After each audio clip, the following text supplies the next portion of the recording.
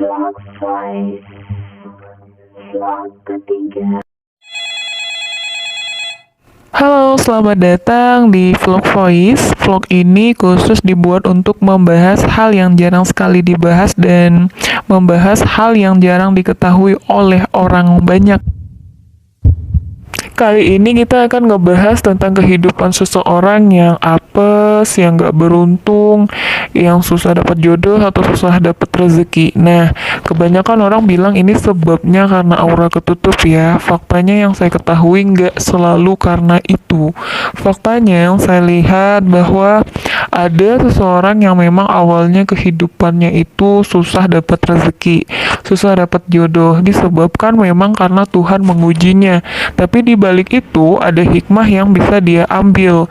Bisa aja seseorang yang awalnya susah dapat rezeki, kemudian nextnya nggak disangka-sangka dia memperoleh rezeki lebih besar dari yang hilang dari hidupnya atau dari yang gagal dia usahakan. Ada lagi dia yang selalu gagal dalam asmara, nextnya dia mendapatkan jodoh yang lebih baik dari orang-orang yang pernah menyakitinya, seperti itu. Jadi ada yang memang kisah seperti ini disebabkan oleh ujian dari Tuhan, nggak selalu karena aura ketutup.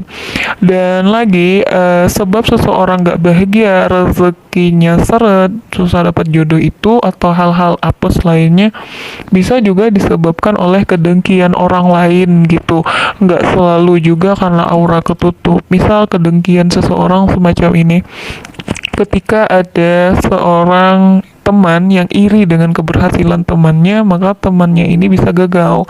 Contoh saja, anggap nama si pendengki ini, seseorang yang iri ini namanya Fulan, dan seseorang teman yang dia irikan ini namanya Rafa. Ya, anggap saja namanya Rafa sebagai sosok yang dia irikan.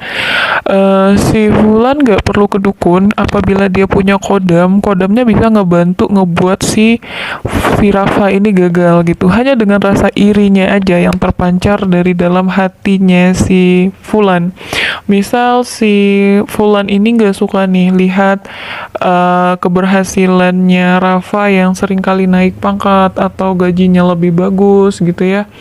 Jadi hanya dengan merasa gak suka, merasa sakit hati gitu, si Fulan ini bisa ngebuat karirnya si Rafa jatuh dengan instan gitu, karena ada kodam yang ngebantunya gitu. Jadi bisa kalau kinerja kodam itu memanipulasi pikiran manusia, apa ya namanya ya, ngebuat alam bawah sadar manusia itu bisa menerima sinyal yang diberikan kodamnya tadi, kayak memprogram agar dianya seperti nggak semangat kerja, atau ya intinya ngebuat dia bakalan jatuh dari usahanya hanya karena kedengkian oleh si Fulan gitu. Kadang seseorang yang punya kodam gak perlu lagi dia kedukun untuk menjatuhkan orang lain karena irinya. Hanya cukup dengan merasa iri aja, kehidupan orang lain bisa gagal gitu. Apalagi kalau seseorang itu udah pergi ke dukun untuk menggagalkan usaha atau menjatuhkan kehidupan orang lain. Ketika seseorang yang pergi ke dukun untuk menjatuhkan orang lain, nah ini baru konteksnya aura ditutup ya, aura ditutup untuk menggagalkan atau membuat seseorang menderita dalam hidupnya. Ini kisahnya beda lagi dari yang tadi. Memang sama-sama menderita, tapi sebabnya beda. Makanya kita tidak boleh mengenal sesuatu tuh hanya dari ciri-cirinya aja. Ciri-ciri banyak yang serupa, tapi sebabnya berbeda jika kita teliti. Ada yang mungkin sama-sama apes, tapi sebabnya beda. Ada yang sama-sama menderita, sama-sama gagal, sebabnya beda gitu. Kalau seseorang gagal, apes, nggak bahagia, sulit dapat jodoh karena ditutup auranya, itu ada. Jadi seseorang misalkan tadi seperti saya kasih contoh Fulan misalkan iri terhadap si Rafa yang gampang dapat jodoh, yang mungkin daya tariknya kuat, dan si Fulan minder bersama si Rafa misalkan. Lalu si Fulan ini mungkin karena dia kedengkiannya itu cukup besar tapi nggak punya kodam yang ngebantu kehidupannya dia perginya ke dukun. Dia perginya ke dukun untuk ngebantu ngejatuhin si kehidupan Rafa. Sehingga si dukunnya ini mengirim jin untuk menutup auranya si Rafa. Jadi ngebuat si Rafa sering pusing, sering moodnya nggak karu-karuan. Kinerja dari jin kan menutup aura dan memanipulasi pikiran seseorang, yang ngebuat aura orang itu nggak bagus dan ngebuat orang itu sering gagal apes dalam urusan asmara, dalam urusan pekerjaan, karir. Nah, seperti itu namanya aura yang ditutup, bukan aura yang ketutup.